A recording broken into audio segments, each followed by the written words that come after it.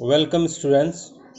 In the last session, we had discussed about the Battle of Plassey and the Battle of Buxar and its consequences. And now today we shall discuss about the dual government and the subsidiary alliance system. So let's see the dual government. What is dual government? The concept of dual government was introduced in Bengal by Lord Clive in 1765. This entailed a division of powers of governance between the Nawab and the Company.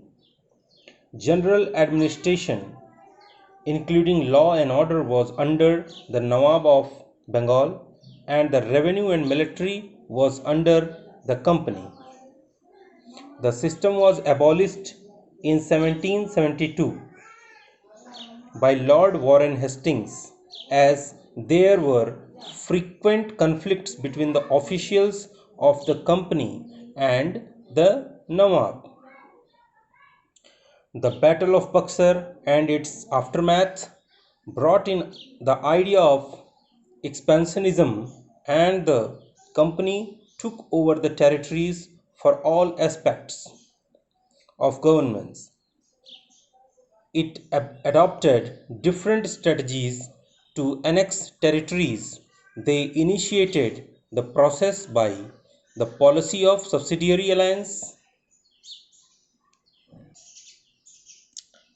Now let's see what is the subsidiary alliance system. Lord Wellesley 1798 to 1805 followed the policy of expansion of British in India. He entered into alliances means bond, with various Indian rulers, and was able to assert the British supremacy in India over Indian states without waging a war. The treaty was negotiated on the following conditions.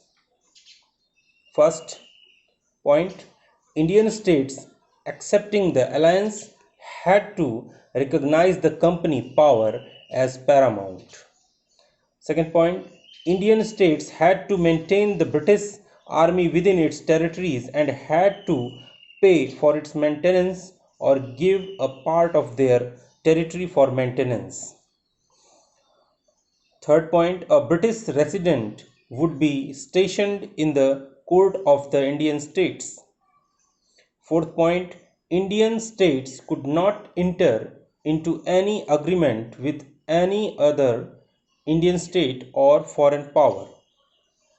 Now, the last point, as a part of the alliance, the company would protect the Indian state against any external aggression. Now, let's see what were the advantages of subsidiary alliance for the Britishers.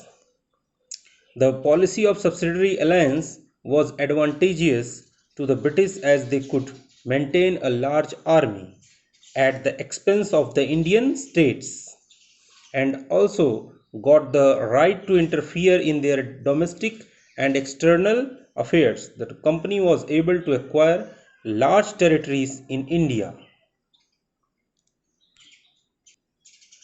Now let's see what were the disadvantages for the Indian states. What were the disadvantages of subsidiary alliance for the Indian states? The Britishers got the advantages, but the Indian states got the disadvantages of the subsidiary alliance. Why? Let's see.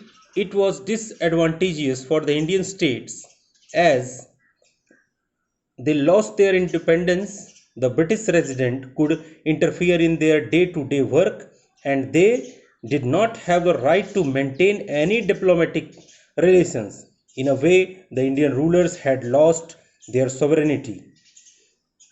The policy was not without any economic burden, as the rulers had to pay for the maintenance of large British army. People had to pay heavy taxes as the financial burden was passed on to the common man by the rulers. The Nizam of Hyderabad was the first ruler to accept the alliance, and slowly and gradually it was extended to other areas.